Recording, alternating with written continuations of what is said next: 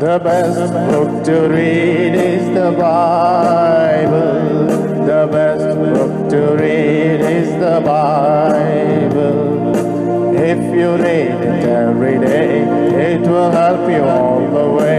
Oh, the best book to read is the Bible. From the life of David, we can understand, though you are a man of God's own heart, there is a possibility of falling and rising. దావీదు యొక్క జీవితం నుంచి మనకు అర్థమయ్యేటువంటి సంగతి ఏంటంటే, మనం దేవుని హృదయానుసారులమైనప్పటికీ కూడా మనం పడిపోయేటువంటి సాధ్యత ఉంటుందని. So many times he has fallen. అనేక పర్యాయాలు ఆయన పడిపోయాడు. That will not give us license to fall. అది పడిపోవడానికి కొరకే మనకి ఏమాత్రం కూడా మరి చేయొచ్చు అనే దానికి అనుమతి కాదు. But it is speaking of the possibility a believer can fall. అయితే సాధ్యత అంటే ఒక విశ్వాసి పడిపోతాడు వీలుంది అనేటువంటి చూపిస్తుంది. Though David has did so many exploits. దావీదు అనేకమైనటువంటి వీర కార్యాలు చేసినప్పటికీ, he killed a lion, ఆయన ఒక సింహాన్ని చంపాడు, he killed a bear, ఆయన ఒక ఎలుగుబంటిని చంపాడు, he killed Goliath, గొలియాతును చంపాడు. and in his life there is no defeat at all. ఆయనకు జీవితంలో ఓటమి ఎరగని వాడు కూడినాడు. He is the man of God's own heart. ఆయన దేవుని యొక్క హృదయానుసారుడై ఉండినాడు. Wonderful titles are there. అద్భుతమైనటువంటి బిరుదులు ఆయనకు ఉన్నాయి. He is the sweet psalmist of Israel. ఇశ్రాయేలు యొక్క మధుర కీర్తనాకారుడు. He is the light of Israel. ఇశ్రాయేలుకు దీపమై ఉండినాడు. When the Holy Spirit wanted to write the New Testament, he has chosen two of the Old Testament characters to write in the very first verse. David is one of them. కనుక పరిశుద్ధాత్మ ఎప్పుడైతే క్రొత్త నిబంధన రాయటం ఆరంభించాడో, పాత నిబంధనలో నుండి ఇద్దరు వ్యక్తులు ఆయన ఎన్నుకున్నాడు.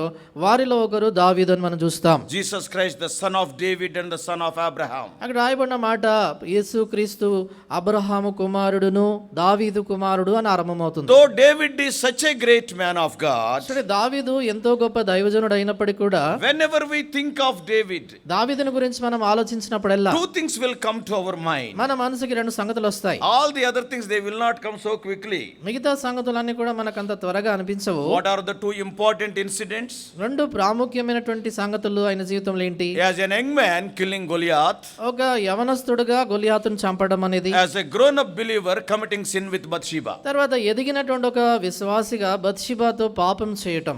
Young David killing Goliath is one of the wonderful exploits. కనుక యవనస్తుడైనటువంటి దావీదు గొలియాతును చంపడం అనేటువంటిది ఎంతో గొప్ప వీర కార్యం. And both these things are monumental moments in the life of David. కనుక ఈ రెండు సంగతులు కూడా దావీదు యొక్క జీవితంలో అవి జ్ఞాపకార్థంగా నిలిచిపోయేటువంటి సంగతులు. In the first incident, that is killing Goliath, అదే మొదటి సంగతి గొలియాతును చంపడము, we can see or he revealed his humility. కనుక మనం చూస్తాం ఏంటంటే ఆయన యొక్క తగ్గింపుని మనం చూడగలుగుతాం. Yes, I am coming in the name of the Lord. ఆయన అంటాడు, నేను యెహోవా నామమున మీ మీదకి వస్తున్నాను. I am not having any instruments like you. మీ వలే ఎలాంటి యుద్ధాయుధాలు నా దగ్గర లేవు. It's his humility and dependence on God. కనుక దేవుని మీద తాను ఏ రీతిగా ఆధారపడుతున్నాడు అనే తన యొక్క సాత్వికాన్ని చూపిస్తుంది. So in killing Goliath, we can see his humility, but committing sin with Bathsheba, we can see his humanity. కనుక చూడండి, గొలియాతును చంపటంలో ఆయన యొక్క సాత్వికాన్ని మనం చూస్తాము,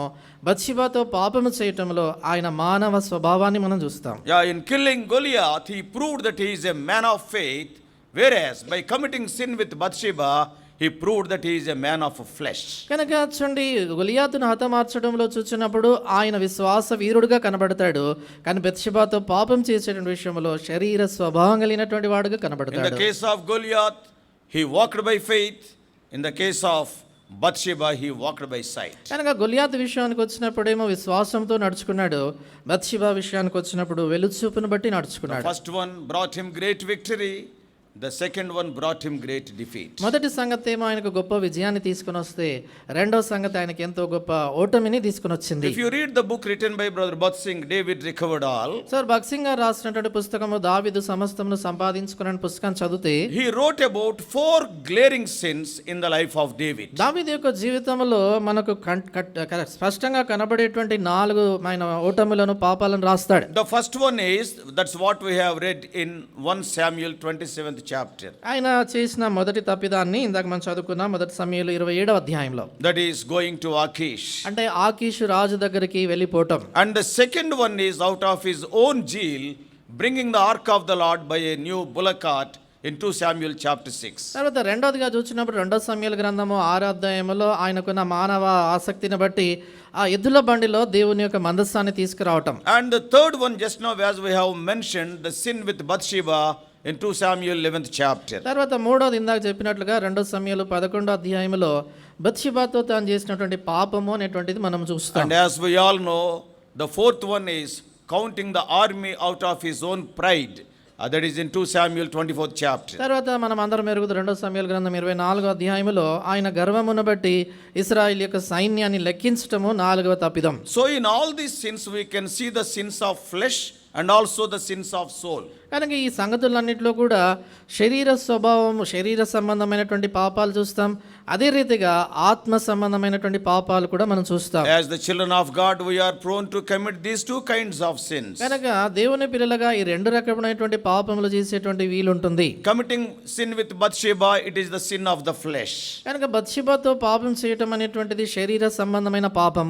Counting the army is the sin of the soul, that is pride. తర్వాత ఈ సైన్యాన్ని లెక్కించటం అది ఆత్మ సంబంధమైన పాపం, అంటే గర్వమని. Sin of the flesh they can be seen outside, sins of soul they cannot be seen outside, but they are more dangerous. చూడండి, శరీర సంబంధమైనటువంటి పాపాలు ఏమో బయటికి కనబడతాయి కానీ ఆత్మ సంబంధమైనటువంటి పాపాలు బయటికి కనబడక కానీ అవి చాలా ప్రమాదకరమైనవి. Adultery, murder, these are, we can see them. చూడండి, నరహత్య కావచ్చు, వ్యభిచారం కావచ్చు, ఇవన్నీ మనకు కనబడతాయి. But what about hatred? What about envy? What about jealousy, which causes more harm? అయితే అసూయ, ద్వేషము, ఈర్ష్య ఇలాంటి సంగతులు ఎక్కువ నష్టాన్ని కలగజేసేటువంటి వాటి సంగతి ఏంటి? They will not be seen outside. ఇవి బయటికి కనబడవు మనకి. By committing murder you may kill one person. If you are having jealousy and hatred, you can divide a big assembly also. చూడండి, ఒక నరహత్య చేయటం ద్వారా ఒక వ్యక్తిని చంపవచ్చు, కానీ ఈర్ష్య, అసూయలు ఉండడం ద్వారా సమాజమే రెండుగా చీలిపోవచ్చు. So when we come to the 27th chapter, just now we have read, కనుక ఇందాక మనం చదువుకున్నటువంటి 27వ అధ్యాయం మనం చూసినప్పుడు if you see from one angle, this is the most disobedient thing he has done in his life. కనుక మనం ఒక విధానంలో చూసినప్పుడు ఆయన జీవితంలో ఆయన చేసినటువంటి అన్నిటికన్నా గొప్ప అవిధేయత ఇది అనుకోవచ్చు. He rebelled against God. దేవునికి వ్యతిరేకంగా ఆయన తిరుగుబడ్డాడు. Now before participating in the table, చూడండి, ఇప్పుడు బలలో పాల్పొందే దానికి మునుపుగా how does God respond when I rebel against him? ఎప్పుడైతే ఆయనకు వ్యతిరేకంగా నేను తిరుగుబాటు చేస్తానో దేవుడు ఎలాగ స్పందిస్తాడు? Undoubtedly every one of us at some point of time or other we must have rebelled against God. కనుక నిస్సందేహంగా మనలో ప్రతి ఒక్కరం కూడా ఏదో ఒక సందర్భంలో దేవునికి వ్యతిరేకంగా తిరుగుబాటు చేసిన How వారమే. God responds to a child of God when he rebels against him? కనుక దేవునికి వ్యతిరేకంగా ఒక దేవుని బిడ్డ తిరుగుబాటు చేసినప్పుడు దేవుడు ఎలా స్పందిస్తాడు? In this particular chapter when he went to Achish, David is at his all time low. కనుక ఈ ప్రత్యేకమైనటువంటి అధ్యాయము ఇక్కడ ఆకీషు దగ్గర దావీదు వెళ్ళటము ఆయన జీవితంలో అన్నిటికంటే క్రిందగా జారిపోయినటువంటి పరిస్థితి. Because he is running away from God. ఎందుకంటే దేవుని నుండి ఆయన పారిపోతున్నాడు. And he is rebelling, totally turning his back unto God. ఆయన పూర్తిగా తన వీపు దేవుని వైపు తిప్పుకొని దేవునికి వ్యతిరేకంగా తిరుగుబాటు చేస్తున్నాడు. Before 27th chapter, ఈ 27వ అధ్యాయానికి he మునుపుగా has seen so many victories. అనేకమైనటువంటి విజయాలు ఆయన చూశాడు. As we have already mentioned, killing a lion or a bear, even Goliath. ఇందాక మనం చెప్తా వచ్చాం కదా, సింహాన్ని చంపాడు, ఎలుగుబంటిని చంపాడు, అలాగే గొలియాతును కూడా మార్చాడు. You see, all these things have taken place. చూడండి, ఈ సంగతులన్నీ కూడా జరిగాయి. Though Saul is chasing him with 3,000 army men, చూడండి, 3,000 మంది సైన్యాన్ని వెంట పెట్టుకుని సౌలు ఆయన తరుముతా వచ్చినప్పటికీ God has not allowed David to fall into the hands of Saul.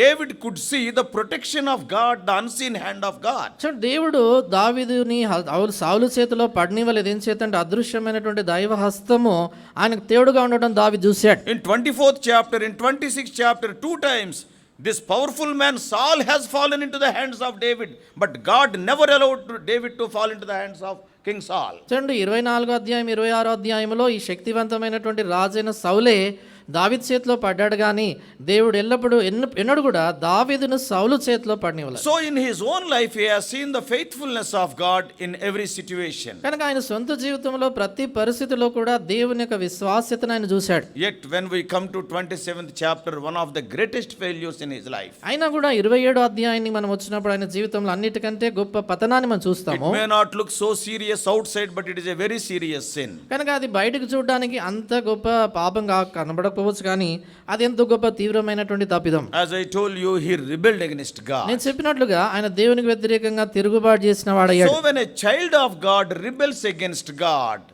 commits sin, how the Lord will respond. కనుక దేవుని బిడ్డ దేవునికి వ్యతిరేకంగా తిరుగుబాటు చేసి పాపం చేసినప్పుడు దేవుడు ఎలా స్పందిస్తాడు? What is the rebellion అసలు తిరుగుబాటు అంటే ఏంటి? in the life of David? దావీదు యొక్క జీవితంలో In verse 1 of 27th chapter, 27వ అధ్యాయము మొదటి వచనము, David said in his heart, I shall now perish one day by the hand of Saul. 27వ అధ్యాయం మొదటి వచనము, తర్వాత దావీదు, నేను ఇక్కడ నిలుచుట మంచిది కాదు, ఏదో ఒక దినం నేను సౌలు చేత నాశనమగుదును.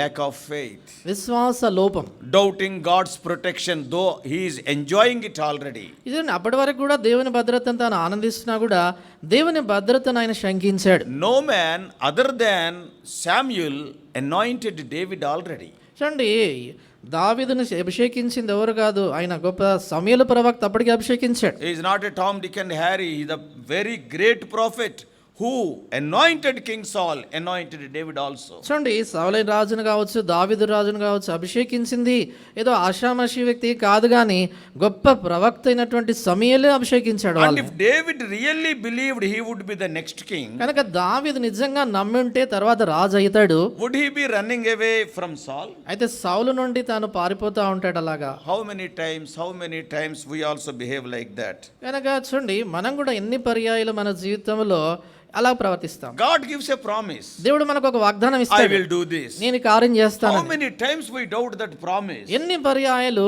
ఆ యొక్క వాగ్దానాన్ని మనం అనుమానిస్తాం. But in our messages we will be bombarding heaven and earth will be pass away, not the word of God. In our own lives we will not believe that. చూడండి, మనమైతే వర్తమానాల్లో భూమి ఆకాశం గతించిపోయినా దేవుని వాక్యం గతించిపోదని గట్టిగా అరిచి చెప్తాం, కానీ వ్యక్తిగత జీవితంకి వచ్చేసరికి వాగ్దానం పైన నమ్మకం ఉండదు మనకు. How many times we suspect the promise of God? ఎన్ని పర్యాయాలు మన జీవితాల్లో దేవుని యొక్క వాగ్దానాన్ని మనం అనుమానిస్తాం. How God will think?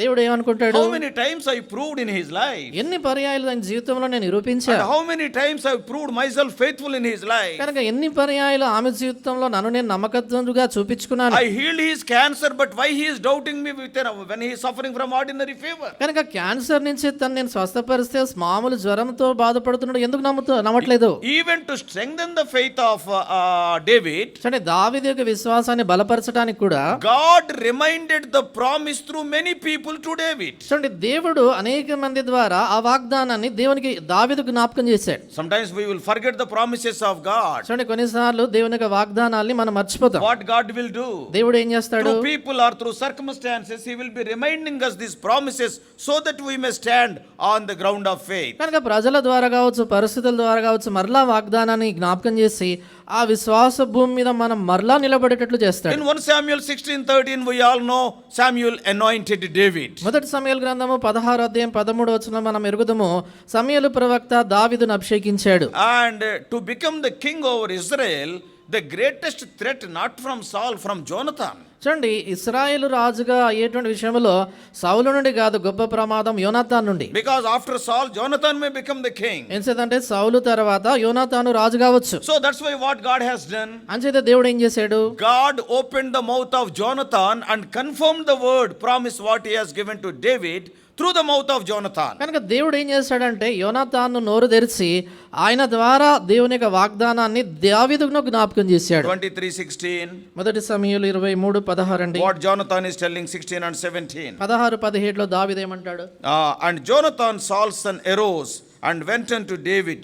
If you see in 17th verse, thou shalt be king over Israel, and I shall be next unto thee. చూడండి, 17వ వచనంలో ప్రాముఖ్యంగా ఏమంటాడు యోనాతాన్ అంటే, నీవు ఇశ్రాయేలుకు రాజు వగుదువు, నేను నీకు సహకారి నవుదును అంటాడు. Who is telling? ఎవరు చెప్తున్నారు ఈ మాట? The future supposed to be the king. నిజానికి భవిష్యత్తులో రాజుగా కావలసిన వ్యక్తి చెప్తున్నాడు. After Saul, Jonathan has to become the king. సౌలు తర్వాత యోనాతాను రాజుగా కావాలి. And God burdened Jonathan in such a way to strengthen his servant David. కనుక దేవుడు ఏ రీతిగా యోనాతాను బలపరిచాడంటే తన దాసుడైన దావీదుని ఆయన ప్రోత్సాహపరిచేటట్లుగా. What Jonathan is telling? యోనాతాను ఏమంటాడు? Oh David, I am not your competitor, I will be your cooperator. ఆయన అంటాడు కదా, దావీదు, నేను నీతో పోటీ పడేవాడను కాదు, నేను నీ సహకారిని అవుతాను. I will be second to you. నేను నీకు రెండో వాడిని ఉంటాను. David would have believed that the words of Jonathan. దావీదు యోనాతాను యొక్క మాటలు నమ్మింటాడు. Not only Jonathan, యోనాతాను మాత్రమే even కాదు, what Saul was telling. సౌలు చెప్పేటువంటి సంగతులు కూడా. 24:20. 24:20. 24:20. మొదటి సమూయేలు 24:20 అండి. What Saul was telling. సౌలు ఏమంటాడు?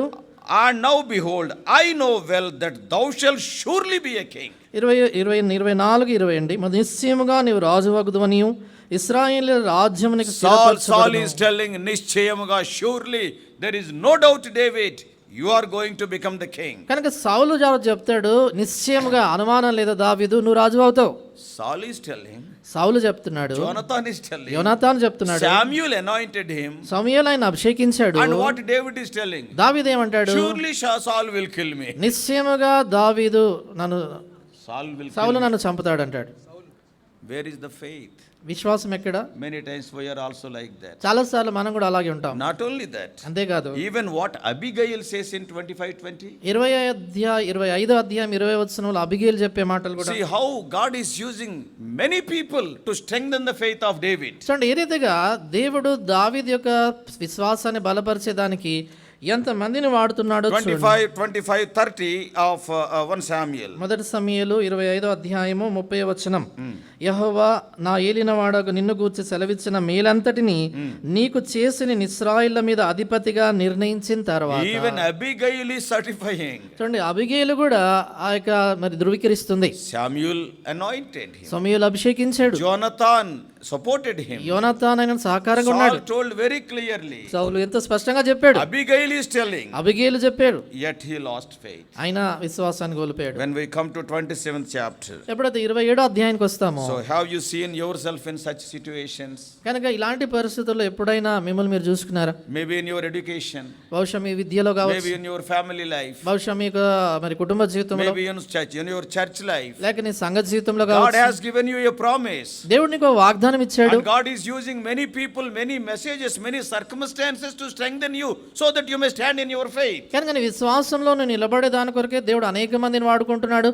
అనేక పరిస్థితులను వాడుకొని నిన్ను బలపరచాలని విశ్వాసాన్ని కోరుతా ఉంటున్నాడు. Yet nothing is happening. అయినా కూడా ఏం జరగట్లేదు. Oh, you are thinking nothing is happening to me. నువ్వు అనుకుంటున్నావు ఏంటంటే నాకు అసలు ఏం జరగట్లేదని. So many times we rebel against God by not believing his promises. అనేక సార్లు ఆయన వాగ్దానాలని నమ్మకుండా, మనము దేవుని యొక్క వాగ్దానం నమ్మకుండా ఆయన మీద విశ్వాసం ఉంచకుండా So the ఉంటున్నాం. first mistake is David, yes, he loses faith in God. కనుక మొదటి తప్పిదం ఏంటంటే దావీదు దేవుని మీద విశ్వాసాన్ని కోల్పోయాడు. And he can be neutral. చూడండి, అక్కడ తటస్థ స్థితిలో ఉండొచ్చు. But what he was doing, అయితే ఆయన ఏం చేశాడు? he takes refuge with the enemy, leaving God. ఆయన దేవుని విడిచిపెట్టి శత్రు రాజ్యాన్ని ఆశ్రయిస్తాడు. We all know Philistines are the sole enemies of God's people. మనకందరికి తెలుసు కదా, ఫిలిస్తీన్లు దేవుని ప్రజలకు బద్ధ శత్రువులు. Not only that day, even today also you can see the war in Israel. చూడండి, ఆ దినానే కాదు నేటి దినాన కూడా ఇశ్రాయేల్లో జరుగుతున్నటువంటి యుద్ధాన్ని మీరు చూడొచ్చు. Philistines they are deadly enemies to Israelites. చూడండి, ఇక ఫిలిస్తీన్లు ఇశ్రాయేలుకి ఎంతో భయంకరమైన శత్రువులు. That's why when David killed Goliath, very openly he told, he is an uncircumcised Philistine. అందుచేత ఎప్పుడైతే దావీదు గొలియాతును హతమార్చాడో ఆ సమయంలో ఎంత స్పష్టంగా చెప్తాడు, ఈయన సున్నతి లేని ఫిలిస్తీయుడు అని. What is the meaning of uncircumcision? అంటే సున్నతి లేకపోవడము అంటే అర్థం ఏంటి? Circumcision is the covenant what God made with Abraham. సున్నతి అంటే దేవుడు అబ్రహాముతో చేసిన నిబంధన. So what he is telling, అనగా ఆయన ఏం he చెప్తున్నాడు? is not having any covenant relationship with the living God. జీవంగల దేవునితో ఈయనకి ఎలాంటి నిబంధన లేదు అని చెప్తున్నాడు. But when the trouble came, అయితే ఎప్పుడైతే సమస్య వచ్చిందో, when the trouble came with another anointed man, King Saul, మరొక అభిషేక్తుడైనటువంటి రాజు అయిన సౌలు ద్వారా తనకి ఎప్పుడైతే సమస్య వచ్చిందో, he now joins hands with the enemies of the people of God. ఇప్పుడు ఆయన దేవుని ప్రజల శత్రువులతో చేతులు కలిపాడు. How many times we do like ఎన్ని that? పర్యాయాలు మనం అలా చేస్తుంటాం. Whenever you hang out with the wrong crowd, you start doing wrong things. చూడండి, ఎప్పుడైతే తప్పుడు సమాజంతో మనం తిరుగుతామో తప్పు సంగతులు చేయడం మొదలు పెడతాం. It is true in my life, it is true in your life. అది నా జీవితంలో వాస్తవమే, నీ జీవితంలో వాస్తవమే. That's why many times people will say, tell me the names of your friends, I will tell your life. అనేక సార్లు అందుకే అంటా ఉంటారు కదా, సామెత ఉంది, నీ స్నేహితులు ఎవరో చెప్పండి, నీవెవరో నేను చెప్తానంటారు. So not only loses faith in God, and he joined the enemy. కానీ ఆయన దేవుని మీద విశ్వాసాన్ని కోల్పోవడం మాత్రమే కాదు, కానీ శత్రువులను ఆశ్రయించాడు. If you read all this portion, ఈ భాగాలంతా చదివితే he is there for 1 full year and 4 months in verse 7. 7వ వచనంలో చూస్తాం ఏంటంటే అక్కడ ఆయన కాపురం ఉండిన కాలం అంతా 1 సంవత్సరము 4 నెలలు. But David never once prays or seeks God for direction during this dark season of rebellion. ఆయన జీవితంలో ఈ తిరుగుబాటు చేసినటువంటి ఈ చీకటి కాలంలో కనీసం ఒక్కసారి కూడా దావీదు దేవుని చిత్తాన్ని విచారించి దేవుని అడగలేదు ఎప్పుడు. Maybe casually he may be praying once or twice, బహుశా అలవాటుగా ఒకసారి రెండు సార్లు ప్రార్థన చేసి ఉంటాడు. but the Holy Spirit has not recorded it. అయితే దేవుని పరిశుద్ధాత్మ ఏమీ దాని గురించి రాయలేదు. When you doubt the promise of God, when you join your hands with the enemy, prayer life will be totally affected. కనుక ఎప్పుడైతే దేవుని వాగ్దానాలపై నీకు అపనమ్మకం ఏర్పడుతుందో, నువ్వైతే శత్రు రాజ్యంలో చేరుతావు, ఎప్పుడైతే ఆశ్రయం పొందుతావో నీ యొక్క ప్రార్థనా జీవితంపై గొప్ప మరి దెబ్బ తగులుతుంది. If you read verses 8 and 9, 8-9 వచనాలు మనం చదివితే, one man of God commented like this: David became a terrorist there. కనుక ఒక దైవజనుడు ఇలాగ వ్యాఖ్యానం చేసి అన్నాడు, దావీదు ఆ సమయంలో ఒక తీవ్రవాదిగా మారాడు అంటాడు. Because he destroyed the innocent people, he killed them. ఎందుకంటే ఆయన అమాయకులైనటువంటి వారిని చంపాడు. Verses 8 and 9, he killed men, women, kids, cattle, everything. 8-9 వచనాల్లో మనం చూసినప్పుడు ఆయన స్త్రీలని, మగవారిని, ఆడవారిని, పిల్లలందరినీ హతమార్చాడు. So prayer life is gone. He stopped seeking the will of God. కనుక ప్రార్థనా జీవితం అనేది కోల్పోయినాడు. దేవుని చిత్తాన్ని విచారించేది కూడా ఆయన జీవితంలో మానేశాడు. When you come to verse 10, 10వ వచనానికి వచ్చినప్పుడు he has further degraded. ఆయన ఇంకా దిగజారిపోయాడు. He lied. ఆయన అబద్ధం ఆడాడు. He fought in one place, ఆయన ఒక స్థలంలో యుద్ధం ఆడాడు.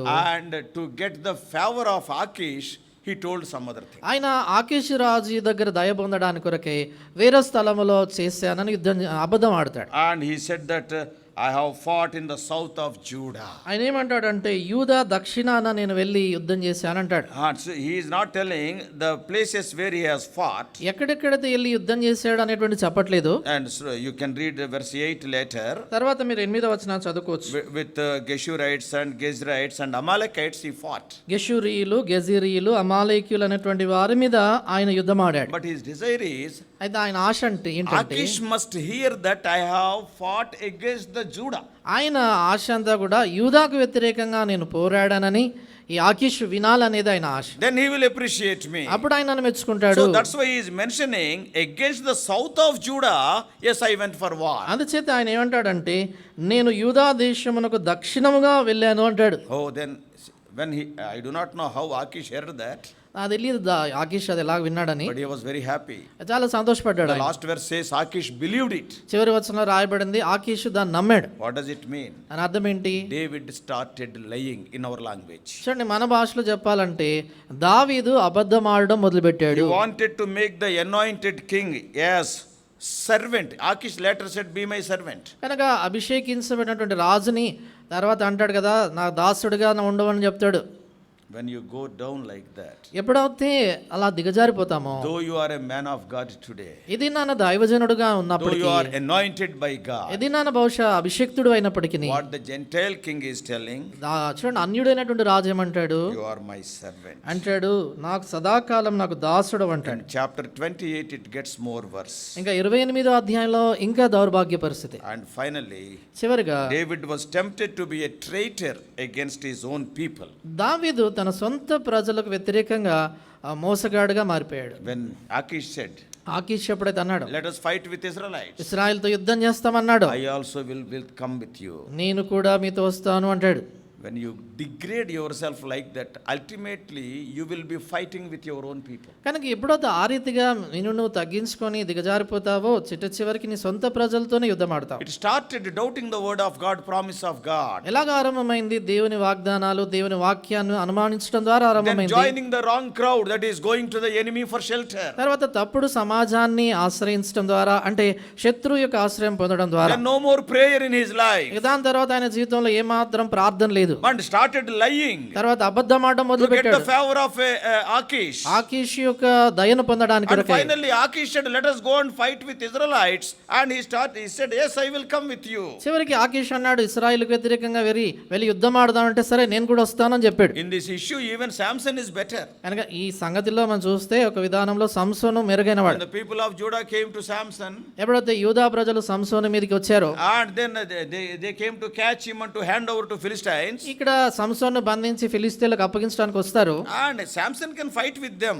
కావాలంటే సంసోను వాళ్ళతో కొట్లాడవచ్చు. But what he said? అయితే ఏమంటాడు? No, they are my own people. లేదు లేదు, వారు నా సొంత I will ప్రజలు, not fight with them. నేను వాళ్ళతో యుద్ధమాడను. Okay, take me, bind me and hand over to Philistines. I don't bother, but I will not touch you. ఆయన అంటాడు కదా, సరే మీరు నన్ను తాళ్ళతో బంధించి ఫిలిస్తీన్లకు అప్పగించండి కానీ నేనైతే మిమ్మల్ని ముట్టను అంటాడు. Samson looks like to be a good man, especially in this particular context. ఈ ప్రత్యేకమైన సందర్భంలో చూసినప్పుడు దావీదు కంటే సంసోను మెరుగైన వాడిగా కనబడతాడు. So when we rebel against God, కనుక ఎప్పుడైతే దేవునికి వ్యతిరేకంగా మనం తిరుగుబడతామో how God will respond? దేవుడు ఎలా స్పందిస్తాడు? In all these 5 points, God was patient. ఈ 5 సంగతుల్లో కూడా దేవుడు ఎంతో మౌనంగా ఉండినాడు. Though you are rebelling against God, నువ్వు దేవునికి వ్యతిరేకంగా తిరుగుబాటు చేస్తున్నప్పటికీ how many times you rebelled against God? ఎన్ని పర్యాయాలను దేవునికి వ్యతిరేకంగా తిరుగుబడ్డావు? Before participating in the table, వాళ్ళలో పాలు పొందేదానికి how మునుపుగా many times you suspected the promises of God? ఎన్ని పర్యాయాలు దేవుని యొక్క వాగ్దానాలను నువ్వు అనుమానించావు?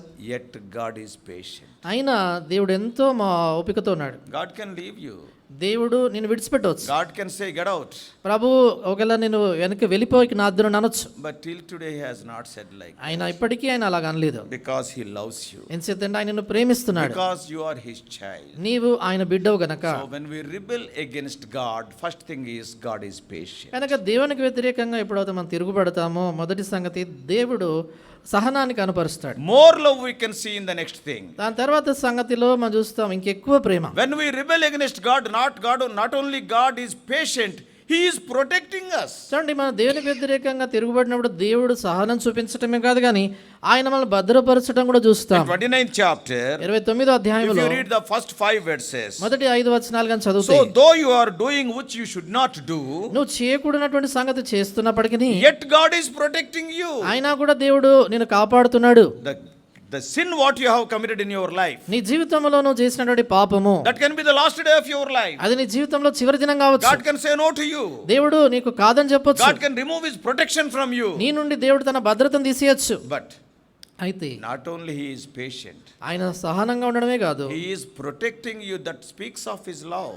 ఆయన నిన్ను కాపాడుతున్నాడు అంటే అది తన ప్రేమను గురించి మాట్లాడుతుంది. God protected David from his own foolishness. చూడండి, దేవుడు దావీదును సొంత వెరితనం నుంచి తను కాపాడాడు. God used those Philistines. ఆ ఫిలిస్తీన్ల దేవుడు వాడుకున్నాడు.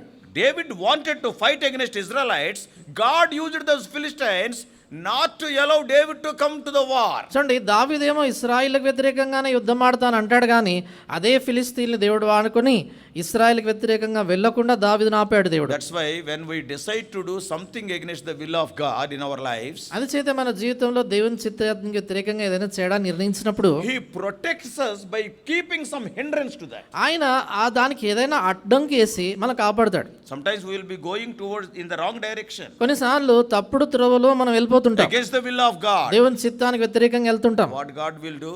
దేవుడు ఏం చేస్తాడు? He will put some hindrance. ఆయన ఏం చేస్తాడు? కొన్ని అడ్డంకులు My పెడతాడు. son, you should not go there. ఆయన అంటాడు, నా కుమారుడు నాకు అక్కడ వెళ్ళొద్దు. But you are not hearing the voice of God. అయితే నువ్వు దేవుని స్వరాన్ని వినట్లేదు. To protect your life, మీ జీవితాన్ని కాపాడేదానికి God uses the circumstances, even your enemies. The Philistines are his enemies. కనుక దేవుడు పరిస్థితులను వాడుకుంటాడు, శత్రువులను కూడా, అంటే ఈ ఫిలిస్తీన్లను కూడా వాడుకున్నాడు అక్కడ. Is it not true in your life? కనుక ఇది నీ జీవితంలో వాస్తవం కదా? When you are going in the wrong direction, if God removes the protection from your life, where you would be? కనుక నీ జీవితంలో తప్పుదారిలో నువ్వు వెళ్తున్నప్పుడు దేవుడు కానీ నిన్ను కాపాడకుండా ఉండుంటే నీ పరిస్థితి ఎలాగుండేది? Some of the times the people will give the testimony. కొన్నిసార్లు సాక్ష్యాలు చెప్తుంటారు, I repented for my sin. నా పాపం విషయమే I పశ్చాత్తాపం. followed the Lord for some time. కొంతకాలం ప్రభువును వెంబడించాను, But in between I left him. అయితే మధ్యలో నేను I విడిచిపెట్టాను, have gone in my own way. నా సొంత మార్గంలో వెళ్ళిపోయాను. Suppose in that particular condition, if the Lord left you, what would have happened? కనుక ఈ దేవుడు నిన్ను విడిచిపెట్టిన సమయంలో ప్రభు నిన్ను విడిచిపెట్టి ఉంటే నీ బ్రతికేమయ్యేది? Jonah was going in the wrong direction. కనుక చూడండి, యోనా తప్పుదారిలో వెళ్తున్నాడు, Great prophet. గొప్ప ప్రవక్త.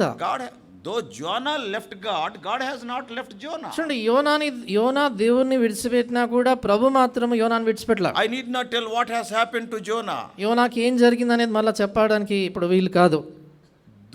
brothers and sisters, సహోదరి సోదరులారా, though you are doing the wrong things, still God is protecting you. Be careful. కనుక నువ్వు బహుశా తప్పు సంగతి చేస్తున్నా కూడా దేవుడు నిన్ను కాపాడుతున్నాడు కనుక జాగ్రత్త పడాలి. Not that God is not seeing you. అంటే దేవుడు నిన్ను చూడట్లేదని కాదు, Not that God is not hearing what I am saying. నేను ఏం పలుకుతున్నానో దేవుడు వినట్లేదని What కాదు, I am doing behind the curtain, don't think that God is not seeing. వెనకల ఏం చేస్తున్నావు అనేటువంటిది చూడట్లేదు దేవుడు అనుకోదు. When I rebel against God, God not only is patient towards me, but He is protecting me. నేను దేవునికి వ్యతిరేకంగా తిరుగుబడినప్పుడు దేవుడు నా పట్ల సహనాన్ని కనపరచడమే కాదు, దేవుడు నన్ను భద్రపరుస్తాడు, కాపాడుతుంటాడు. His love is covering all my sins. ఆయన ప్రేమ నా పాపములన్నింటినీ కప్పుతుంది. Don't take it lightly. అయితే తేలికగా తీసుకోకూడదు. Why God is protecting you? ఎందుకు దేవుడు నిన్ను At కాపాడుతున్నాడు? least one day my son will recognize his condition. కనీసం ఏదో ఒక రోజు తన పరిస్థితి ఏంటో గుర్తెరుగుతాడు నా Yes, కుమారుడు. he will confess his condition. తన పరిస్థితిని తాను ఒప్పుకుంటాడు. If you go further, ఇంకా ముందుకెళ్తే not only He is patient with us and not only He is protecting us. ఆయన మనతో సహనంగా ఉండడము, మనల్ని కాపాడడం మాత్రమే కాదు, When we rebel, sometimes He punishes us out of love. ఆయనకు వ్యతిరేకంగా తిరుగుబడినప్పుడు ఆయన ప్రేమను బట్టి మనం శిక్షిస్తాడు. Yes, why the punishment? ఎందుకు శిక్ష? So that we may turn again unto Himself. తద్వారా తిరిగి ఆయన వైపు మనం వచ్చేదానికి. God allowed the Amalekites to take away all the property of David. చూడండి, దేవుడు ఏం చేశాడంటే అమాలేకీయులు దావీదు యొక్క ఆస్తిని అంతా తీసుకుపోయేటట్లు అనుమతించాడు. Chapter 30 verses 1 and 2. 30వ అధ్యాయం 1-2 వచనాల్లో See చూస్తాం. the beauty here. చూడండి, ఇక్కడ ఎంత చక్కని సంగతి. In 27th chapter, 27వ అధ్యాయములో David went and killed all the men, women, cattle, animals of those people. చూడండి, దావీదు అక్కడ వెళ్ళేసి వేరే స్థలాల మీద దండెత్తి అక్కడున్న మగవాళ్ళని, స్త్రీలను, పిల్లలను, పశువులంతా See హతమార్చాడు. how God punishes His children. అయితే దేవుడు తన పిల్లల్ని శిక్షించే విధానం He చూడండి. allowed the enemies to take away the property and everything of David, but it is written that they have not killed even a single person. చూడండి, అక్కడ దావీదు యొక్క ఆస్తిపాస్తులంతటినీ కూడా దోచుకొని తీసుకుపోయే దాని కొరకు అనుమతించినాడు, కానీ పిల్లల్ని, స్త్రీలని వాళ్ళు చంపకుండా దేవుడు అనుమతించి తీసుకెళ్ళిపోయేటట్టు That చేశాడు. is the punishment of God out of love. కనుక ప్రేమను బట్టి దేవుని శిక్ష అలాగుంటుందండి. Sometimes our parents will beat us. చూడండి, కొన్ని పర్యాయాలు మన తల్లిదండ్రులు మనల్ని కొడతారు. Enemy, if he beats us, he will beat like this. చూడండి, శత్రువు మనం కొట్టాడు అనుకోండి, నేరుగా ఇలా కొడతాడు ముఖం మీద. చంపకే తగలదు, ఒకటి రెండు పళ్ళు కూడా ఉడతాయి. 2 పనులు కూడా ఉడతాయి దాన్ని బట్టి. But when mother beats, it is not like that. అయితే తల్లి కొట్టినప్పుడు అలా ఉండదు, ఇలా కొట్టదు. అలా కొట్టదు. She will bend her hand. It sound will be there. దెబ్బ అంత ఎక్కువ తగలదు. కనుక చేతిని అలా మడచి కొడుతుంది, తద్వారా శబ్దం ఎక్కువ వస్తుంది, దెబ్బ తక్కువ తగులుతుంది. It is because of love. ఎందుచేత అంటే ప్రేమను బట్టి. Yeah, just bending like that. The stress will not be there. కనుక అలా కొంచెం చెయ్యి అలా చేసి అలా కొట్టినప్పుడు ఎంతగా ఒత్తిడి ఉండదు. Enemy is not like that. శత్రువు అలాగుండడు, With all force. పూర్తి బలంతో కొడతాడు. So God also punishes like a mother. కనుక దేవుడు కూడా ఒక తల్లి వలె ఆయన మనల్ని శిక్షిస్తాడు. Though David killed all the people of the enemies, God has not allowed the enemies to kill even one person in the family of David. చూడండి, దావీదేమో శత్రువులలో ఉన్నటువంటి ఒక్కరిని లేకుండా నిర్మూలించిన దేవుడు ఆ శత్రువులు తన కుటుంబంలో ఒక్కరిని చంపకుండా దేవుడు కాపాడాడు. That is His grace. అది ఆయన ప్రేమ కృప. It is the punishment to get David's focus again upon him. చూడండి, ఇది దేవుని శిక్ష ఎందుచేత అంటే దావీదు దృష్టి మరలా ప్రభు వైపు తిప్పడానికి కొరకై. Today God is also punishing you. ఈ రోజు మరలా దేవుడు నిన్ను శిక్షిస్తున్నాడు. You know where you have rebelled. నీకు తెలుసు నువ్వు ఎక్కడ తిరుగుబాటు చేసావు. Yes, we are the people of failures, often I say. నేను తరచుగా చెప్తుంటాను కదా, మనము పడిపోయి పతనమైపోయే ప్రజలమే. God is patient with us. దేవుడు మనతో సహనంతో God ఉంటున్నాడు. is protecting us. దేవుడు మనల్ని భద్రపరుస్తున్నాడు. God is punishing us with love. దేవుడు ప్రేమపూర్వకంగా ఆయన మనల్ని శిక్షిస్తున్నాడు. Of course, that worked in the life of David. అయితే అది దావీదు యొక్క జీవితంలో కార్యసాధకమైంది. Yeah, his own people wanted to stone him. ఆయన సొంత ప్రజలు రాళ్ళు రువాయన కొట్టాలనుకున్నారు. To be frank, that is the lowest point in his life. నిజంగా చెప్పాలంటే ఆయన జీవితంలో అది అత్యంత దిగజారినటువంటి స్థితి. If God has not allowed that crisis in the life of David would have never turned to God. చూడండి, దావీదు జీవితంలో కానీ ఆ క్లిష్ట పరిస్థితి దేవుడు అనుమతించి ఉండకపోతే దావీదు ఎన్నడూ దేవుని వైపు తిరిగి ఉండేవాడే కాదు. Many times చాలా సార్లు the చూడండి, punishment of God will come in the form of this crisis. కనుక దేవుని యొక్క శిక్ష కొన్ని క్లిష్ట పరిస్థితుల ద్వారా మన మీద పడుతుంది. It is not to destroy us. మనల్ని నాశనం చేయడానికి It కాదండి. is out of love to turn again unto the Lord. అయితే మరలా ప్రభు వైపు మనం తిరగాలని ప్రేమాపూర్వకంగా శిక్షిస్తాడు ఆయన. Today you may be going through such a critical situation. భవిష్యత్ దినాన్ని నువ్వు అలాంటి క్లిష్ట పరిస్థితి నుండి వెళ్తున్నావేమో. Undoubtedly it is because of your rebellion. ఖచ్చితంగా నువ్వు చేసిన తిరుగుబాటును బట్టి అది. God has not removed you. దేవుడు నిన్ను ఇంకా తీసివేయలేదు. God has protected you. దేవుడు నిన్ను భద్రపరిచాడు. Not only God protected you, very lovingly he is punishing you. దేవుడు నిన్ను భద్రపరచడం కాదు, ప్రేమాపూర్వకంగా నేను శిక్షిస్తున్నాడు. So come back. కనుక తిరిగి రండి. Come back. ఆయన తిరిగిరా. David, that particular loving punishment worked in the life of David. ఆ ప్రత్యేకమైన ప్రేమాపూర్వకమైన శిక్ష దావీదు జీవితంలో పనిచేసింది. First time in these chapters. ఈ అధ్యాయంలో మొదటిసారి We read in chapter 30. 30వ అధ్యాయంలో మనం చదువుతాం. And he encouraged himself in the Lord. అక్కడ రాయబడింది, దావీదు తన దేవుడైన యెహోవాను బట్టి ధైర్యము తెచ్చుకొనెను. Not only that, that is 30 verse 6. 30వ అధ్యాయం 6వ వచనం.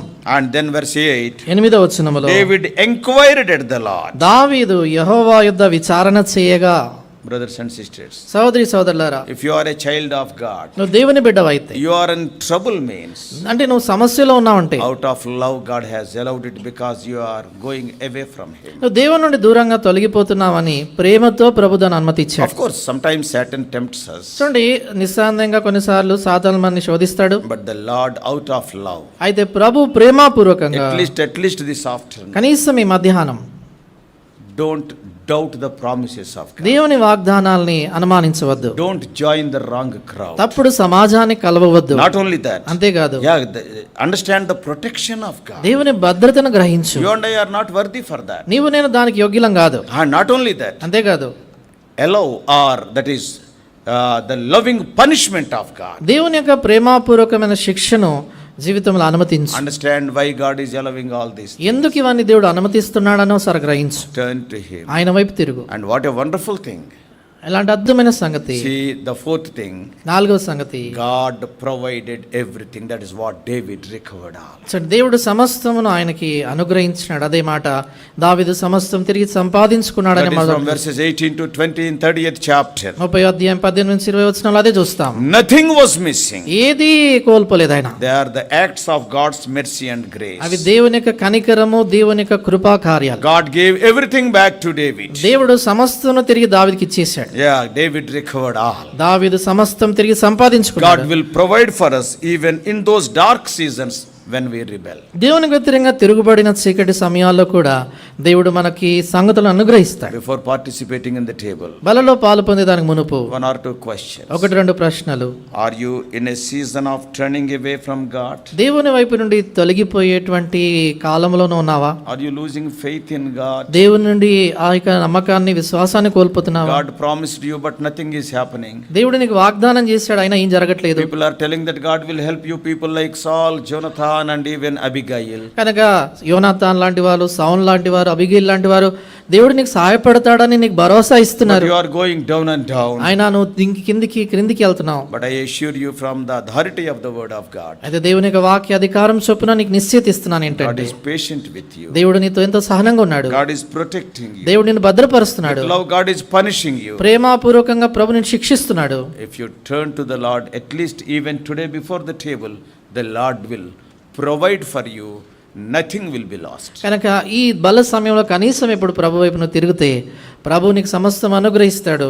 ఏది నష్టపోకుండా సమకూరుస్తాడు నీ జీవితంలో. Because he loves you. ఎంచేతంటే ఆయన నిన్ను ప్రేమిస్తున్నాడు కాబట్టి. God bless you all. Please subscribe for more spiritual messages on YouTube channel John Victor Hebron.